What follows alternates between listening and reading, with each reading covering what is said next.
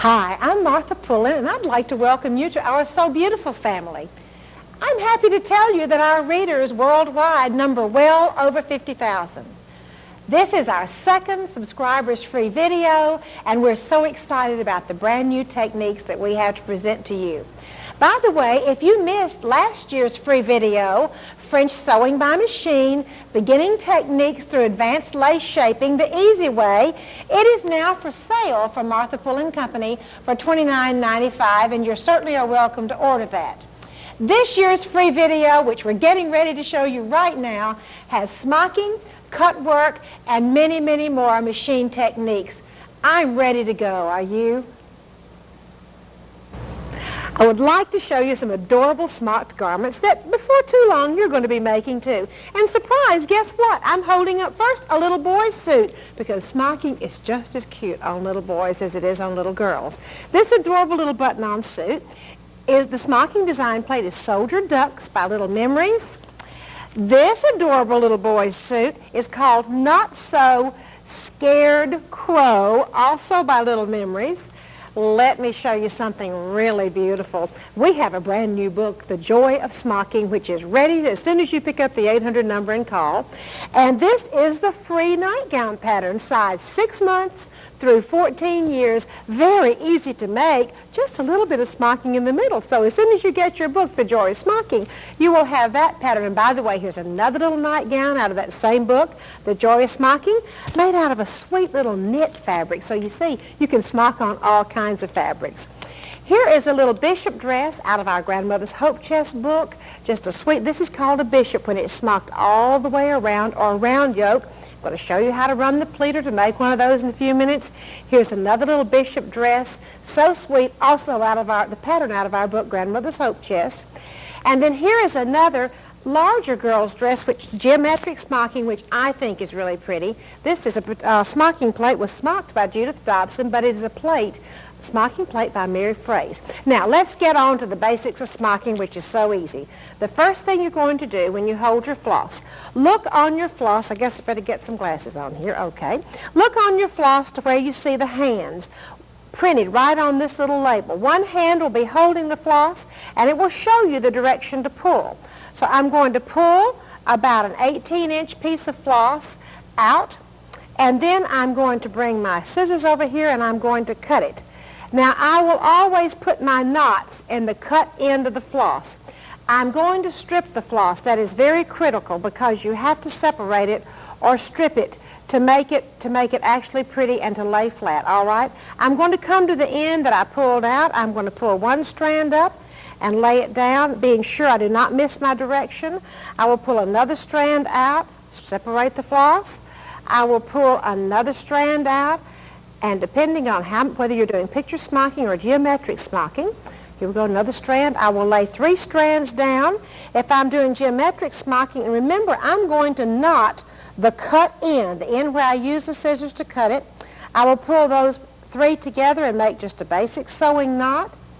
And then I will straighten it out, and I will rub the floss to be sure that it is now separated, and that makes a pretty stitch. Let me show you what I'm going to use next. Let me show you about the pleaters, because really if you're going to do much smocking, you are going to want to purchase a pleater. I use quilting thread to go in my pleaters. The 2 pleaters that I personally recommend, a 16-row pleater is called the pull-in pleater. And of course, you know I would have to recommend that one since it has my name.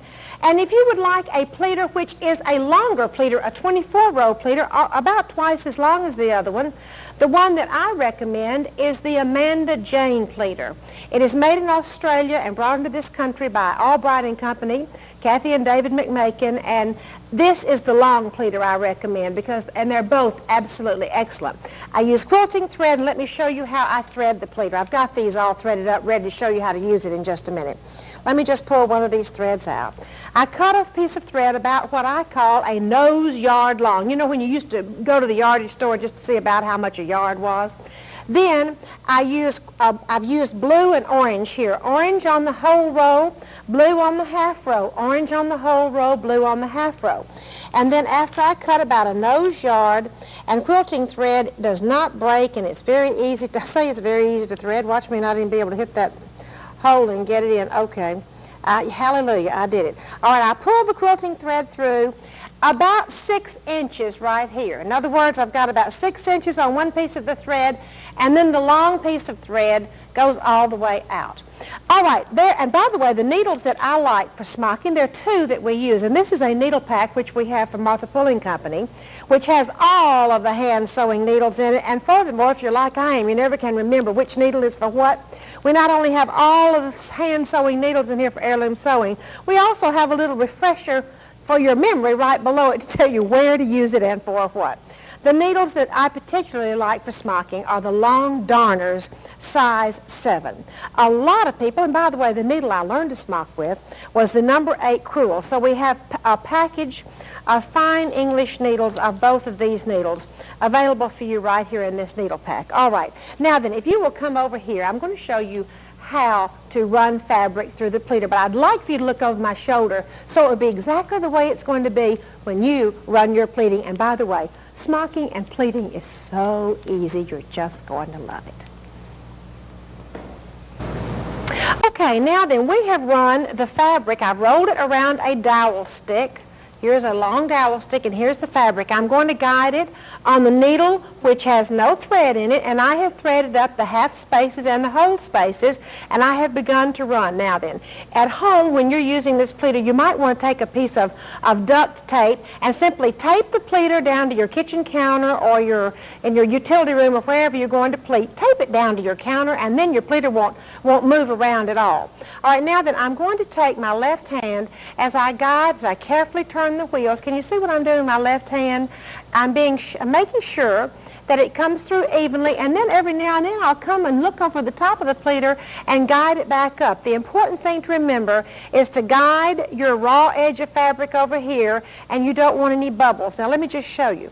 This is called loading the needles. After you get the fabric where it's really, you have all the pleats that fill it up, then what you do is you simply come in here and pull the fabric off the needles. Now then, I'm all ready to begin again. All right, let me make a few more turns, and by the way, this goes real quickly once you get the hang of it. I'm just kind of pulling with my left hand and turning the pleater with my right hand, and then the needles once again are loaded, so I'm going to go across here and just slip it off, and then you go all the way across, and that's absolutely all there is to using the pleater. All right, now I'd like to show you how to do the same thing on the Amanda Jane. All right, now here we have the Amanda Jane, which is the longer pleater, and you thread as many rows as you want to thread. By the way, short needles, which are easier to pull the fabric off when you start unloading the pleats, are available for both the Pulling and the Amanda Jane. So some people like long needles, some people like short needles. Truly, the choice is yours. All right, now I'm unloading the pleats there, and by the way, these are going to just pull right back up after I get the fabric run through the pleater. You see, I run my fingers on the left-hand side to be sure I don't gain little bubbles down at the end. I turn, and when my needles are loaded up, I simply go across here and unload the pleats off the needles, and that's absolutely all there is to pleating fabric to begin to do your English smocking. When I opened my first smocking shop in Huntsville, Alabama in 1981, I began to teach beginning smocking students. The hardest concept for beginning smockers to learn was where to put the thread when the needle was moving up, and there was one little rule that we read in one of the smocking books that said, when the needle goes up, the thread is down. When the needle goes down, the thread is up. And you know what? I never could remember that rule. I said, now what is it? When the needle goes up, the thread is down, the needle is down, the thread is up. It just didn't make sense to me. So, being a school teacher, by training and by years of experience, I thought, I'll make up something really easy, I hope, so people will not forget when the needle goes up, the thread is down. When the needle goes down, the thread is up. So one morning, actually it was in the winter, I had a wonderful group of students there, and we were kind of confused about where the needle is, where the thread is, and I said, hang on a minute, I just thought of a story. Now this is a silly story, probably a little bit of a stupid story, but actually smocking teachers all over the world and smocking students have used it to remember where you put the thread when the needle goes up and down, and this will make smocking so easy. Okay, Martha Pullen has a cat named Callie. And this cat said to Martha Pullen, I want to get a driver's license. Remember, I told you this was a stupid story. But anyway, Callie says, Martha, I want a driver's license because I want to learn to drive a car. So I said, okay, Callie, jump in my van and we'll go down to the courthouse and let you get a driver's license. Now, part number one of this story. A courthouse, in our country anyway, usually has tall steps. In other words, you have to walk up steps to go into the courthouse, don't you? Okay, so Martha Pullen stops her van and Callie the cat jumps out. Now, Callie is going to represent the needle, and the tail of the cat is going to represent what? The thread. Okay, Callie jumps out of the van, runs around, starts up the courthouse stairs. Are you with me on the story? Okay, the cat is going up the courthouse stairs, and as she travels up those stairs, where is her tail going to be? Down. Very good. Now, when my cat got to the top of those stairs, she forgot to bring any money. And you have to pay for a license in order to get it, don't you? Okay. So as she went to the top of the stairs, what did she have to do? She had to turn around and go back down. That's another principle of smocking. So after the cat went all the way to the top, and where's her tail? Very good. It's down. She had to turn around at the top and get ready to come where? Down the courthouse stairs. Okay, when the cat, representing the needle, moves down the courthouse stairs, where is her tail going to be? It's going to be up because she's coming down the stairs and her tail is up. Callie comes to my van, gets her money to pay for a driver's license, and then once again has to do what at the bottom? She has to turn around in order to head up the courthouse stairs again. Okay, now my new principle is that I'll talk about the cat in the courthouse while I'm teaching you these simple smocking stitches because smocking is so easy. So when the cat goes up, where is her tail? It's down. And that represents your thread, and the cat represents the needle. She turns around at the top. When the cat goes down the courthouse stairs, where is her tail or the thread? It is up. Now, I'll tell you a little secret. As crazy as that story was, I don't think you'll have any trouble whatsoever when we start learning smocking stitches, remembering where to put the needle and where to put the thread. I almost said where to put the tail, where to put the thread. Thank you very much for listening to my crazy cat in the courthouse story. The first stitch we're going to do is called the cable stitch, and it looks just like a row of down and up cables going all the way across. Now let me just show you. I run the needle parallel with the stitch, pull it through. That particular one was an up cable. You want to know why? Because the thread was above the needle. This time this will be a down cable. Let me show you. We're going to move over, take a little bite of the pleat, pull it through, and then kind of pull it up to make it lay down. Now then, you want your cables to be nice and close where you don't have little white spaces. So then you can just take your needle and just kind of push. Now as I do a row of cables, I'm running that needle right on top of the gathering row. In this case, it's a black gathering row. You see, that was an up cable. Now this is a down cable because the thread is hanging down. All right, I move over and pick up just one pleat, run the needle parallel, including taking the tip of the needle out until I get all the way through, and then pull it in, and then I'm going to go over here and take another stitch. This one is an up cable because the thread was above the needle, and then this next one's going to be what? It's a down cable because the thread is below the needle, and that is called a cable stitch. All right, this one is an up cable because the thread is above the needle, and the next one is going to be a down cable because the thread is below the needle, and this is the real basic stitch of smocking, is the cable stitch. Now, wasn't that easy? Let me show you one more trick while we're here on the first one. Which side of the pleating do I work on? Well, one side has shorter stitches. When you open the pleating up, the stitches on one side are shorter, and the stitches on the back side are longer. Now, we have a little rule that says long is wrong. So the one that has the long stitches needs to be the back of the pleated piece, and the shorter stitches need to be on the front. Let me show you one more thing. I'm going to go down a little bit. Let me show you how we start smocking. Remember we made a little knot on the cut end. Now let's come on down to this row. Let me just show you how you start. You bring it in on the left-hand side of one pleat, and then I can start, if I'm making a row of cables, I can start either with a down cable, does not matter, depends on your smocking design really, and your smocking design plates will tell you whether to begin with a down or an up, and then we'll make an up cable. But you see, we came in, we started on the left-hand side of one of those pleats. All right, now then, this is how you make a cable stitch. Let's do this just one more time. That was a down cable. Now the thread is automatically up, so that is an up cable. And when you want to make your stitches be very pretty, just take your needle and kind of smush them together a little bit. That is a down cable, and then here is an up cable, and that's absolutely all there is to making a cable stitch, your first stitch in geometric or beginning smocking. All right, now let me put the cable stitch down, and let's go next to the outline stitch.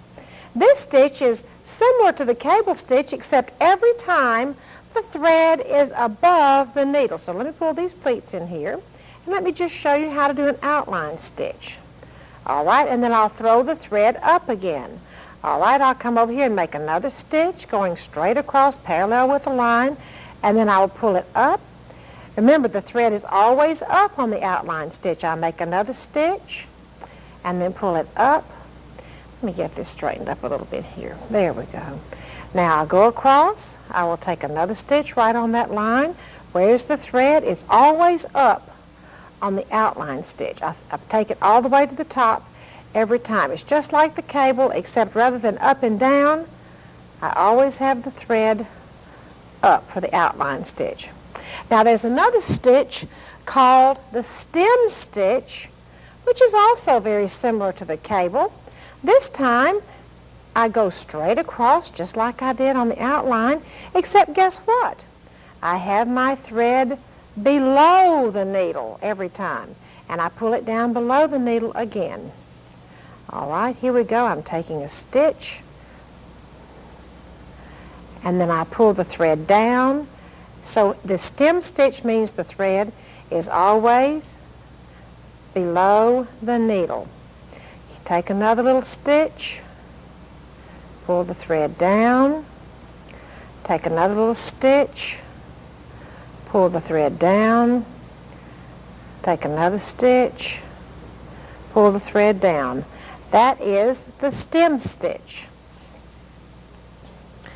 Now here we go, and this is called a baby wave or a one-step wave or a chevron, some people call it. Now here is where we're going to have the fun of remembering about the cat and the courthouse, okay? Now then, first of all, we're going to start a baby wave. This is what a baby wave looks like. It goes up and down and up and down and up and down. And this time we did a half space. In other words, the two black threads are a whole space. And if you have either the Pull-In or the Amanda Jane, you can also run in half spaces. This time it is done with the red thread. And let me just show you something. All right, now then, the first stitch is a bottom cable. All right, I'm going to make a bottom cable. That's the cat turning around up the bottom of the courthouse stairs. Now the cat, we're going to move up. Do you remember what happened when the cat moved up the courthouse stairs?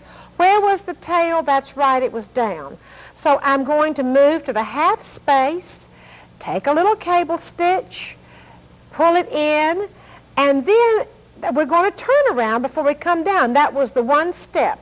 On that same half space, the turnaround is a top cable, because remember the cat at the top of the courthouse stairs?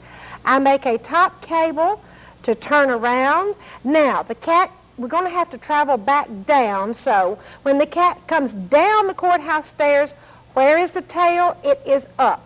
All right, I'm going to come back down to the black row there, and I'm going to make one cable, and the thread was up because the cat was coming down the courthouse stairs. That was your one step, and then we have to do a turnaround, and when the cat is at the bottom of the courthouse turning around, the tail is down. So we do a down cable on the bottom. I'll move up. Remember, the cat's moving up, so the tail is down. I'll move up to the half space, make another cable with the tail down. Then I do a turnaround, which really is a top cable.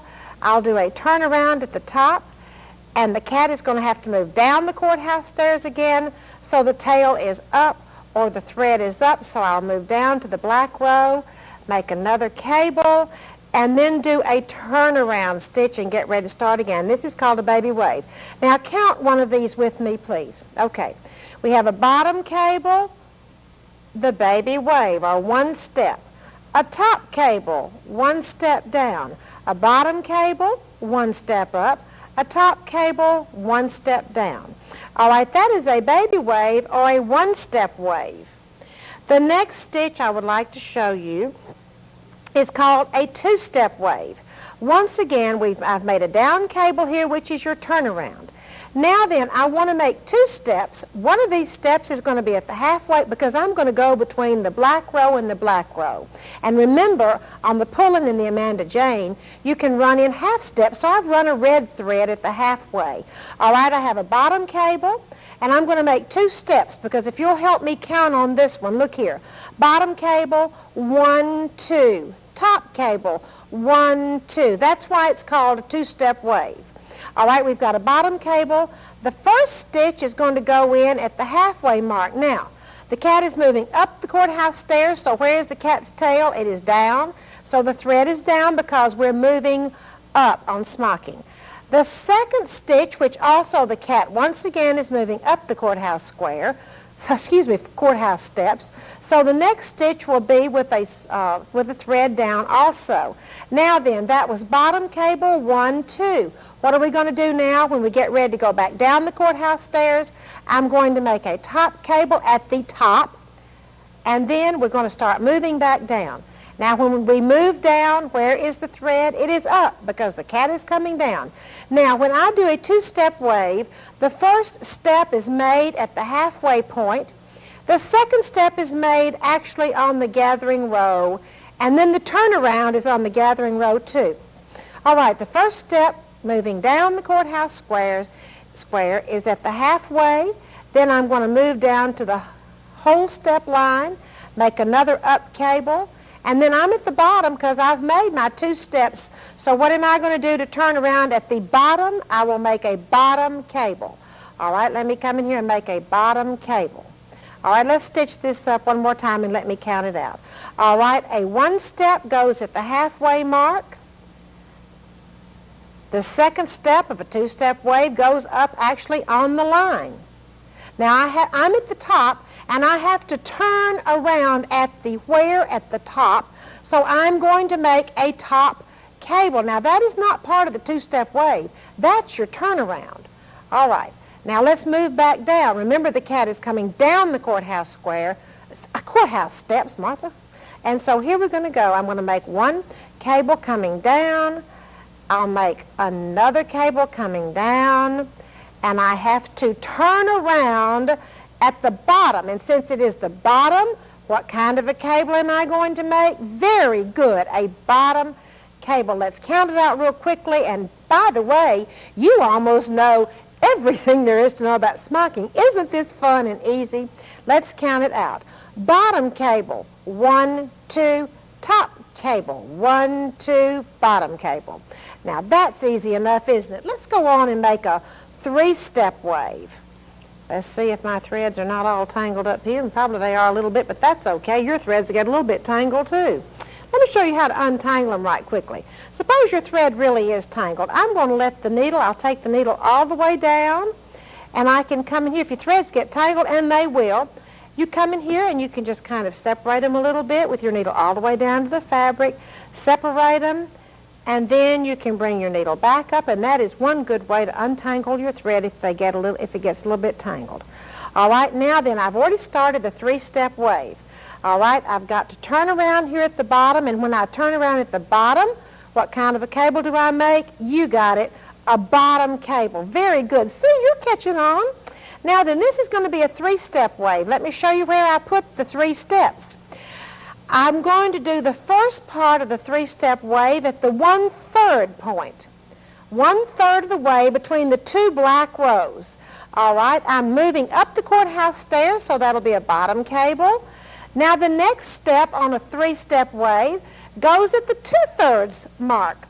Remember, the cat is moving up the courthouse stairs, so where is the thread? It is down. Very good. All right, now then the third third step of the three-step wave. Remember, the cat is still moving up the courthouse stairs, so the thread is down, is made on the gathering row itself. Now then, I have, let's count it, bottom cable, 1, 2, 3. Since the cat is now at the top of the courthouse stairs and needs to turn around to come back down, we're going to make what at the top of the courthouse stairs? A top cable in order to get ready to turn down again. Excuse me, to travel down again. All right, here we go. 1 is at the 1/3 point. The second step is at the 2/3 point on a three-step wave. The third step is right there on the gathering row. Now, what are we going to do for the cat to turn around at the bottom? We're going to make a what? A bottom or a down cable. There you go. Now let's count this. Bottom cable, 1, 2, 3, top cable, 1, 2, 3, bottom cable. All right, now as far as I'm concerned, you have right now the basics of beginning smocking, and I'm going to turn the program over now to Kathy McMakin, who is going to show you the basics of picture smocking, such as making those wonderful little ducks and houses and trains and roller skates and nearly anything else that your children would love to wear. Thank you, and you did a great job. For the next segment of our video, Kathy, I've asked you to unscare people about picture smocking. Okay. Picture smocking is very easy. Picture smocking is simply rows of cable stitches stacked on top of each other in a special way to form figures or pictures. And we're going to learn how to do that today on a very simple figure, a triangle. You know, Kathy, I really am excited about our new book, The Joy of Smocking, because of people's anxiety over picture smocking, which really it isn't that hard with just a little practice, and Kathy's going to show you how. I believe you'll find the simplest directions that I've ever seen in our picture smocking section. We've even numbered the pleats and said bring your needle in on the left-hand side of pleat 1. I really believe that with Kathy showing you right now and our brand new book, The Joy of Smocking, you're going to find that you're ready to make ducks and bears and little trains and all those wonderful things that everybody loves. Are you ready to stack? This is the triangle that we are going to learn how to stack today. Now let's look at our graph and we will see exactly how the stitches are going to be made on our fabric. Let's look. You can see that there are 5 rows of cable stitches. 1, 2, 3, 4, 5. We've colored in every other row of cable stitching so that you will be able to see where each row starts and stops. Now look over here at this side. Look and see how the top cables of our white row meet the bottom cables of our dark row, and so on and so forth. Our top cables of our black row meet the bottom cables of our white row. And our stacking is done according to this principle, where the tops and the bottoms meet each other. Now, let's look at the triangle stitched on this side of the fabric. We have actually used alternating colors on each row to make it easy for you to see that there are 5 cable rows on this triangle. The tops of the blue row meet the bottoms of the pink row. The tops of the pink row meet the bottoms of the blue row. The tops of the blue row meet the bottoms of the pink row, and so on and so forth. Now, let's move on to our stitching, and you can see that we already have 2 rows of cable stitches on our fabric. Now let's look back at our graph and see which 2 rows that these will be. This row is the bottom row that has already been stitched on our fabric. We ended our stitching here. We took our needle to the back of the fabric between these 2 pleats, and then we started stitching on this stitch for our next row of stitching.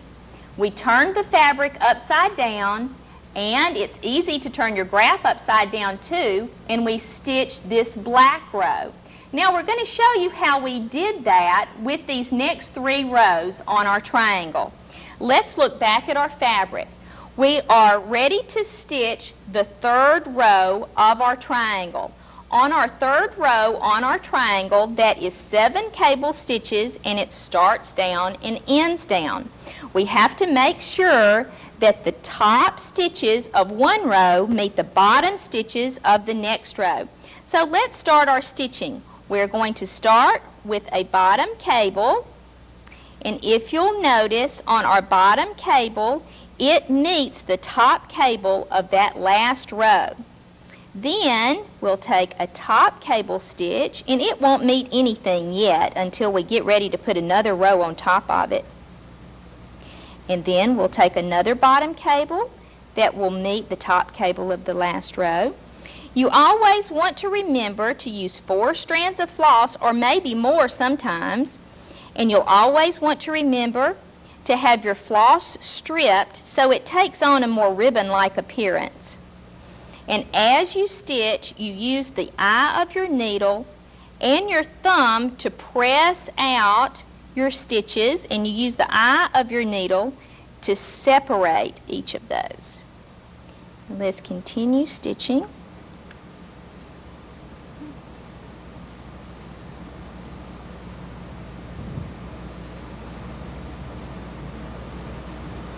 And then this is the last stitch of that row. And this is a bottom cable, and it meets the top cable of the last row. Do you see how our triangle is being formed? Now let's look back at our graph. We are ready to do the black row, and as we said before, this is the last stitch that we just took, and the next stitch that we need to place on our fabric is this dark stitch right here. We are going to come up again on the right side of our fabric. So in order to smock from left to right, we'll have to turn our fabric upside down to complete that black row of stitching. So let's see how that's done. We're going to take our thread to the back,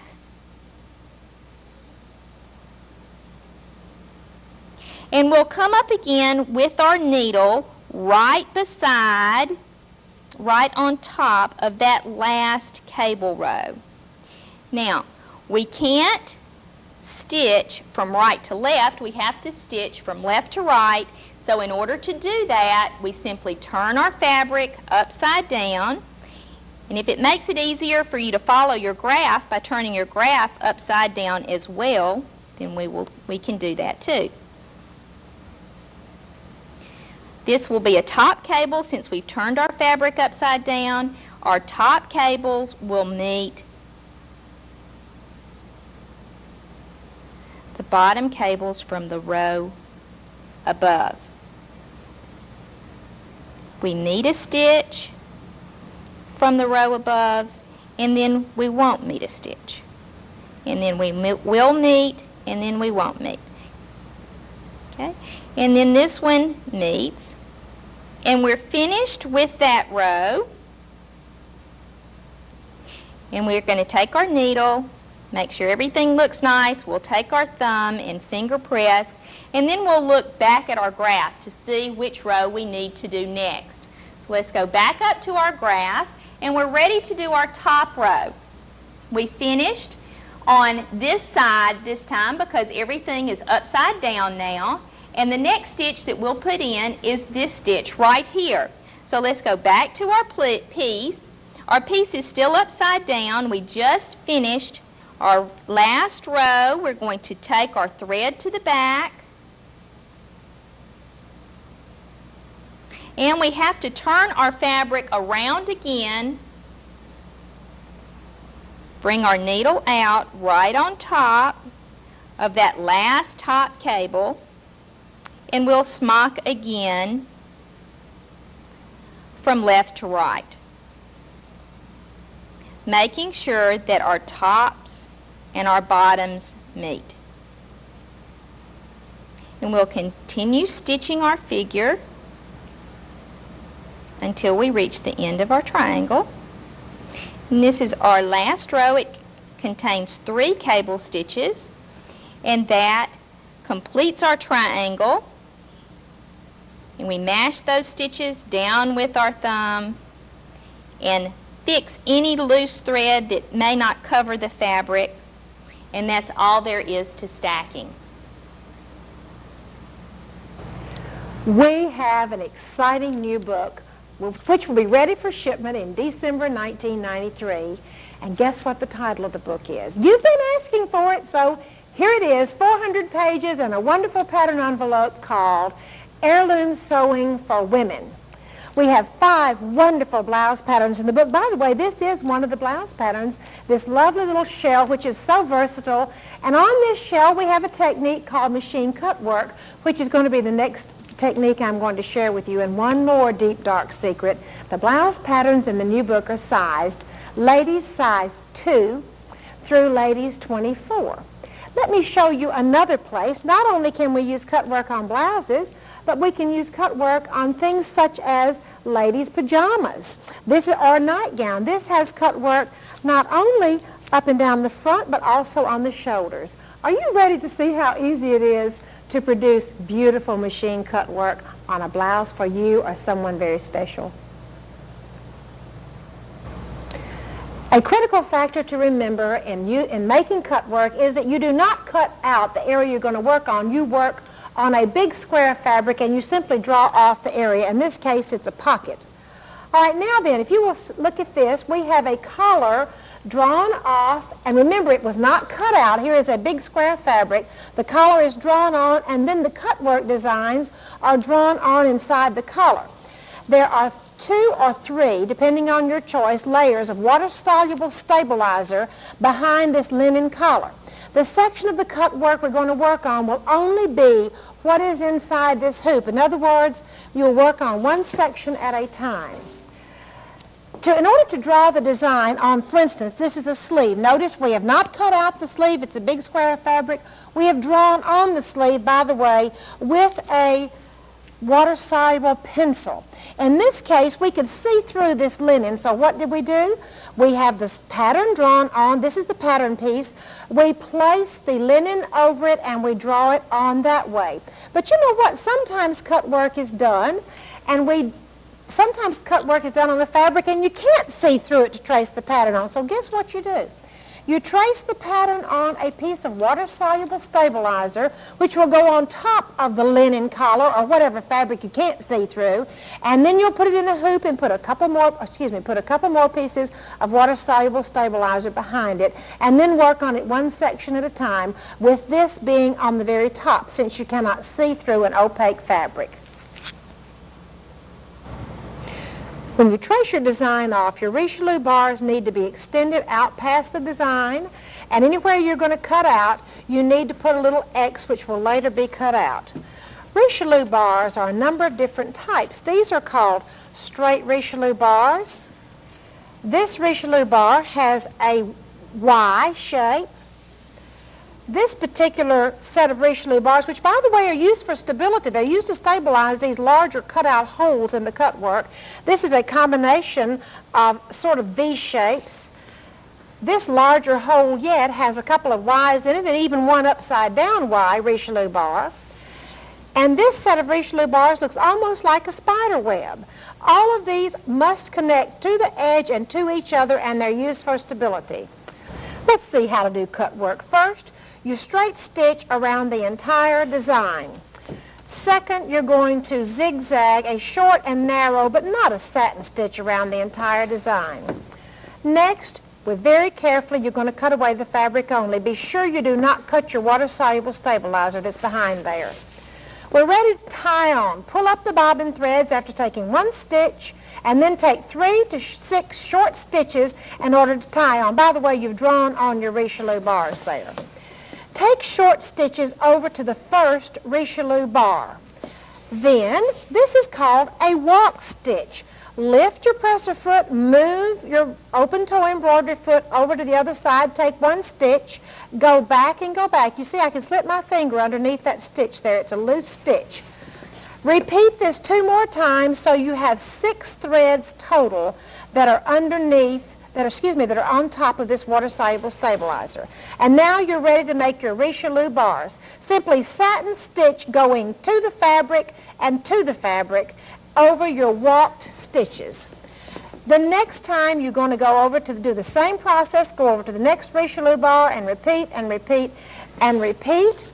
Now let's see how you make a Y Richelieu bar. You tie on, then you stitch to the first bar, then you stop and you walk it now to the next segment.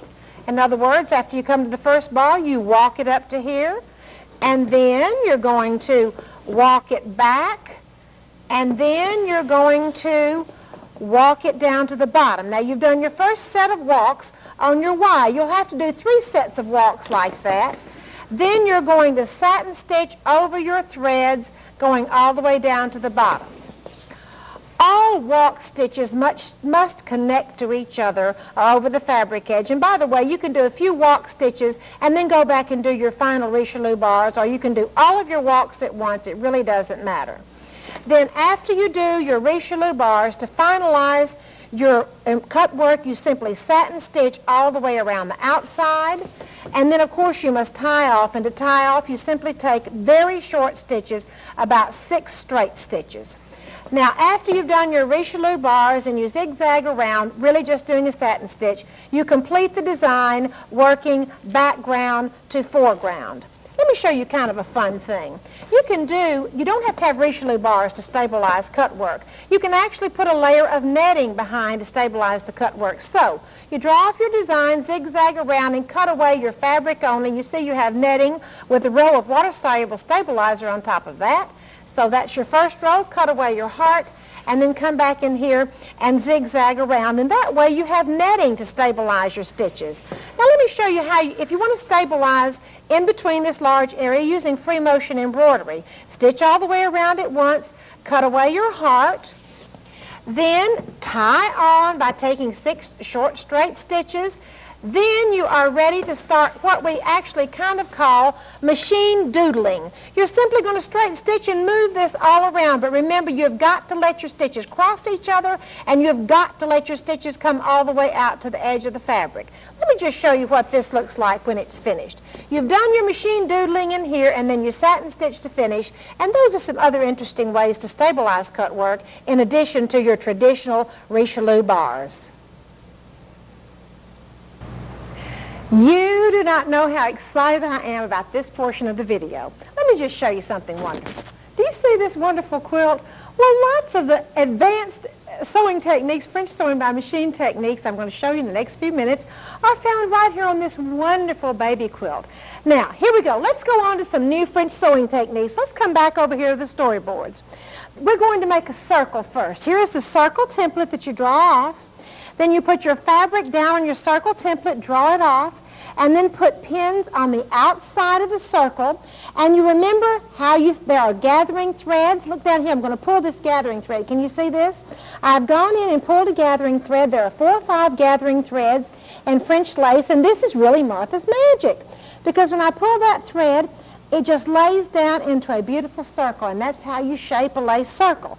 Now watch, here's what happens down at the bottom. Everybody look down here at the bottom with me. When I want to finish off the bottom, I simply fold under one end, and then later on I'm going to come back here and zigzag. After I take out the pins, pin it flat, go to the sewing machine and sew it. Here's what it's going to look like. Let's look down here to the final product. I zigzag or entre-deux stitch the outside, the inside, then I cut away the fabric from behind there and go back and zigzag over the miter at the bottom. Now let me just show you something. Last video I failed to show everybody how you get those pins out of the board. So let me just show you that, because really it's not too good to sew through one of these fiber boards. All right, let me go. See, I've moved the pins flat after I pulled it and pressed it. I'm going to take the final pin out, the final 2 pins out, put it right here. Seems like there's one more. And then pin it flat like this. Now, after I have removed all of the pins from the board and pinned my lace flat, it is at this time that I take it and I go to the sewing machine and I sew it. I absolutely do remove it from the board. Let me show you something new and wonderful, because this is our new French sewing technique of the video. This is called an old-fashioned tied bow. You know how your mama taught you to stick 2 fingers up and tie a bow for your hair and then put it in your hair? All right, that's what you do. You just simply tie a knot right here. Then you come over to your fabric or your dress or your blouse or whatever you're going to put it on, stick the pins, fold it and turn it a little bit, pull a thread. If you have circular parts right here, you see you pulled a thread right there, and then you can either make the little bottom tail kind of curve around this way and pull a thread, or you can even let it go down flat like this. After you pin it flat and remove it from the board, let's look over here at this next picture, then you zigzag around the outside, around the inside. Don't do anything over that knot. It isn't going anywhere. Just zigzag around it, and then cut the fabric from behind it, and that is a beautiful bow. Let me show you on this beautiful quilt that I have here. I'd like to show you 2 squares of this quilt. One that has a circle. If you will please look right here and see this lovely Malene lace circle, and it has the 3, since my daughter is Joanna Emma Joyce Pullen, we have a J for Joanna, an E for Emma Joyce, and a P for Pullen in the middle. Those are available from Martha Pullen Company, the Swiss Motifs. Let me show you this wonderful bow, the tied bow, that is another square on this beautiful quilt. All right, now then, let's talk about some more advanced lace shaping. Let me hold up the quilt and show you this wonderful angel. Can you see this angel with beautiful wings and the little loops that come out, maybe that would connect 2 or 3 angels? Let me show you how easy it is to make a lace angel, or for that matter, a lace teddy bear, or any other shape you want. So let's come over to the storyboards here just a minute. First of all, if you want angels that connect, or apples that connect, or anything else that connects, you simply draw your design, and then the little scallop that connects. All right? In this little angel, first of all, we put, it's sort of like Australian window pane, we put the lace over the wings, zigzagged all around it, tiny zigzag, and then look, cut the lace away, cut all the excess lace away up here. Do the other wing, zigzag around it. Then we're going to shape, look here, the little angel's head. It's just the little lace turned into a little circle, pulling the string and moving it into a little circle. Then you're going to shape and do mitering, bring it down and get it all pinned on. Look how you're going to connect it. You do it just like you do a scallop skirt. Put pins on the bottom side, pull it, and see, here is the angel finished over here. Now, by the way, we're not going to zigzag it in black thread, but we did that so you could see more easily, and that's the way you make shapes and you connect them. One of the most popular things that we've ever had featured in So Beautiful magazine was called the French Waterfall dresses, done by Sue Pennington. Let me show you this French Waterfall dress right here. Do you see how the scallops come down the front, and there's a white in the middle, and then the lace, and then a robin's egg blue on this little French Waterfall dress? That's the little girl dress. Let me show you the older girl version of this dress, again with the mint green coming down the front. Let me just show you how that is done. And by the way, we do have another section of the French Waterfall in this beautiful little heirloom baby quilt. Here is a section and the little baby quilt with several different colors, and even one of the Martha Pullen Swiss hand looms embellishing right down the very middle. All right, let me show you how to do French Waterfall. That also is very easy to do. Let's go over to the storyboards now, please. All right, here is the French Waterfall template with the scallops and the places where we're going to make a miter. All right, the first thing we're going to do is trace it off on pink fabric, because this will be the center color. And this fabric, let's move over to the pink fabric, please. This fabric is pink. And now then we're going to do our scallops. We're going to pin it and pull a little string to make it lay down flat, miter it. I'm going to zigzag then the insides only of this scallop or scallop, depending on which way you like to pronounce it. And then guess what I'm going to do? I'm going to cut out and cut away the outside section, leaving just the lace exposed there. All right, now I have the section of just the lace and the pink. Now let's go down to the next section right here. I'm going to take this whole section, can you see the whole section I picked up, and laid it down on a white piece of fabric.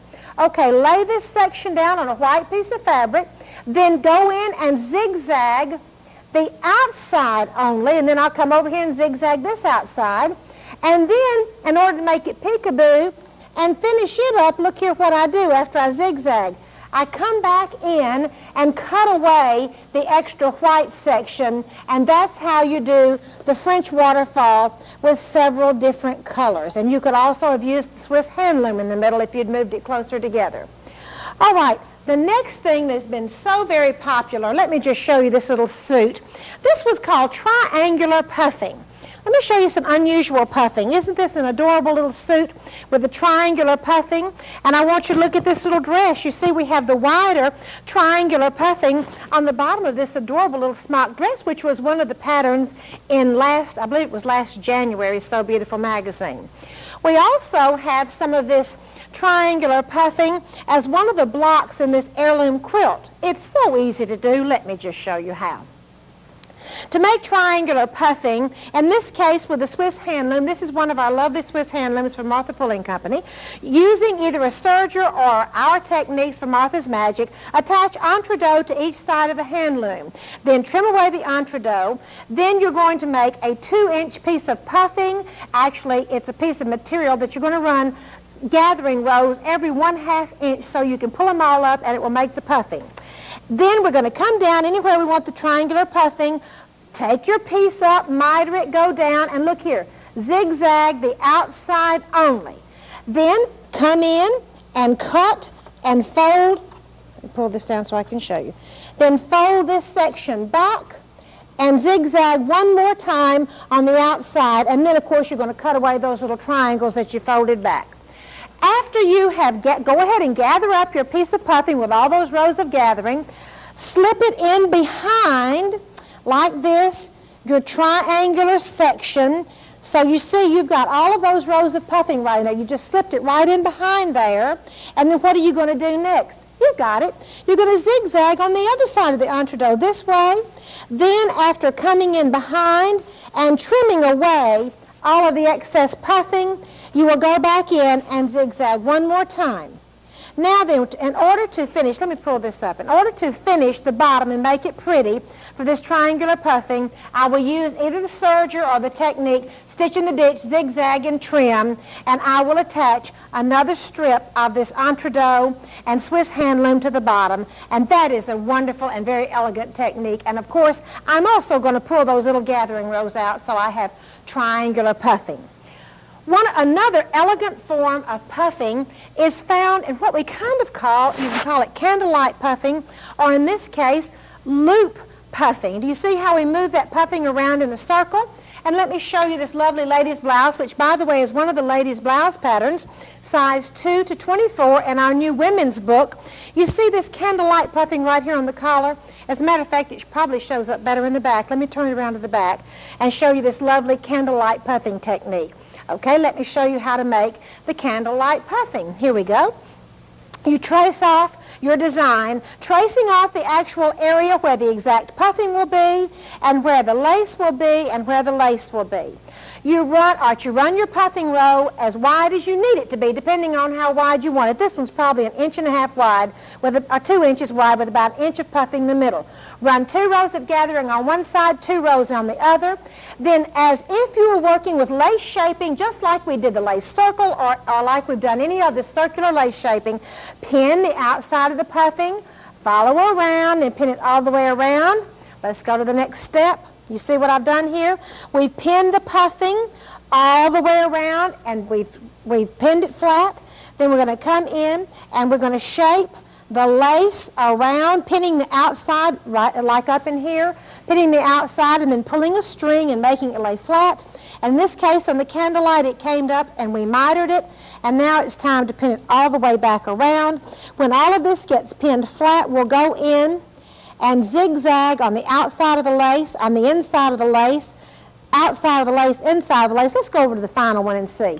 Outside, inside, and then cut away the fabric and the excess puffing from this area. And the very last step, this is a really sweet little Swiss motif, again, which we have at Martha Pulling Company, and you put a little Swiss motif right in the very middle. You could also do a little ribbon rosette if you wanted to, and that would be very pretty. One of the sweetest things that we've done, I think, in heirloom sewing, and certainly we haven't done it, there's nothing new, it is called Madeira Applique. This lovely baby day gown, which the pattern is in Grandmother's Hope Chest, our second big book, these wonderful real Madeira Applique figures that are on the outside. Let me just show you how easy it is to do these. Let's go over to the storyboards. First of all, you draw your Madeira Applique template. Then take it, put it on, cut it out, put it on top of your fabric. In this case, it was blue fabric. Trace around the template, then 1/8 of an inch out, trace a little seam allowance line, little dots. Then after you cut out, going on the outside of the seam allowance, you cut out your little blue figure, and you've got to come in there and clip the curves for sure. Then press that in to the wrong side, and then when your little figure is finished, go and put it on the fabric you're going to stitch it on, and you can do probably a Point de Paris or a Madeira applique stitch on today's modern sewing machines is the prettiest way to do it. However, you can just zigzag your Madeira piece. Now then, the last thing I'm going to show you today is a very simple version of how to make shadow diamonds. Now, before we showed you a way of slicing the diamond, slicing the fabric, and folding it back, but let me just show you a simple way we've come up with. By the way, this is another one of the blouse patterns, and this wonderful, I call it a pilgrim collar, that is found in size 2 to 24 in our new book, Heirloom Sewing for Women, which will be out by early December 1993. Let me show you something pretty on this sleeve, too. The shadow diamonds are also on the sleeve. All right, here we go. Now, what are you going to do? You're going to get a shadow diamond plate. You're going to draw off your shadow diamonds on a piece of organdy. Then you will put your organdy on a piece of fabric, just like this, with your shadow diamonds drawn off. With your wing needle and your entre-deux stitch on today's modern sewing machines, which are so wonderful, entre-deux stitch all the way around the diamond, and then to finish it up, look here what you're going to do. Just go back in and cut the fabric from behind that entre-deux stitch, and that makes a very easy new version of shadow diamonds.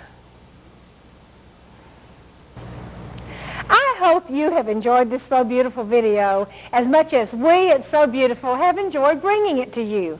Thank you very much for subscribing to So Beautiful.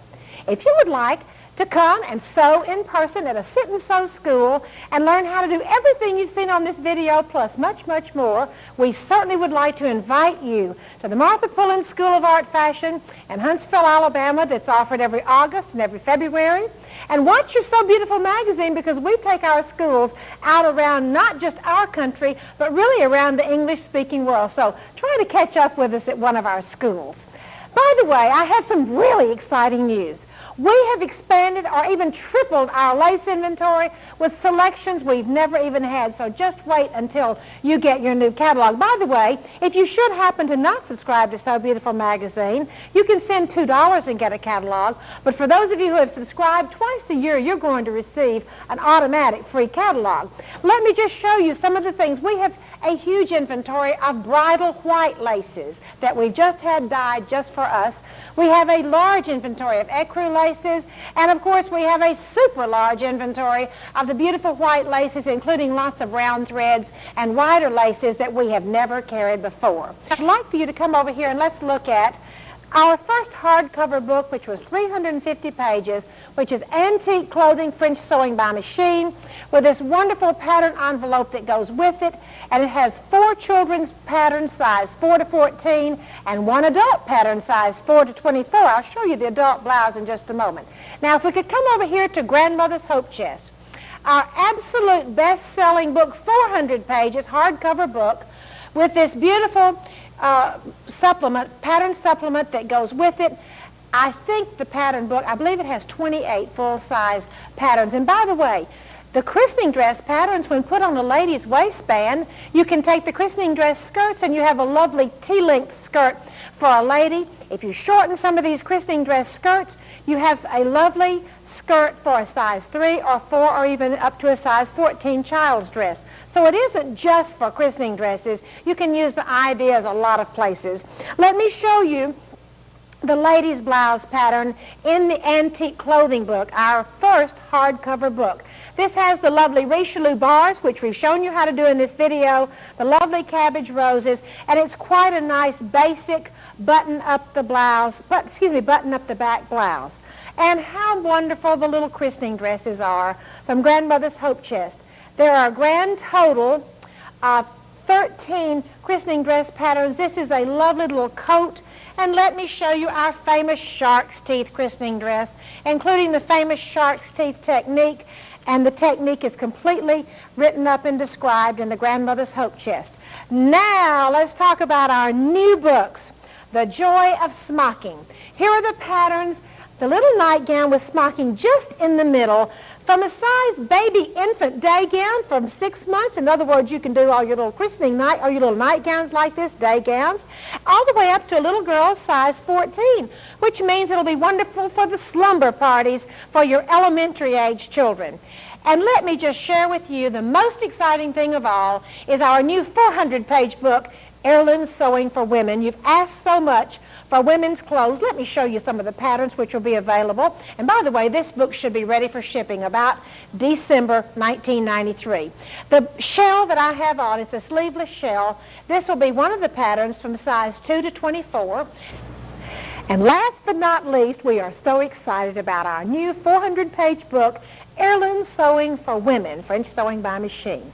May I share with you a little bit about what's in your pattern envelope that comes with the book? By the way, ladies are sized 2 through 24 in our pattern envelope.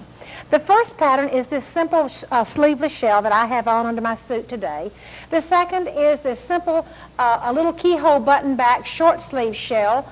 The third is this button up the front blouse with a man's collar. The fourth is a button up the front with the buttons covered with the square collar. We have also, to go on these two blouse patterns, a round portrait collar, or kind of a pilgrim collar, if you will, and a mandarin collar.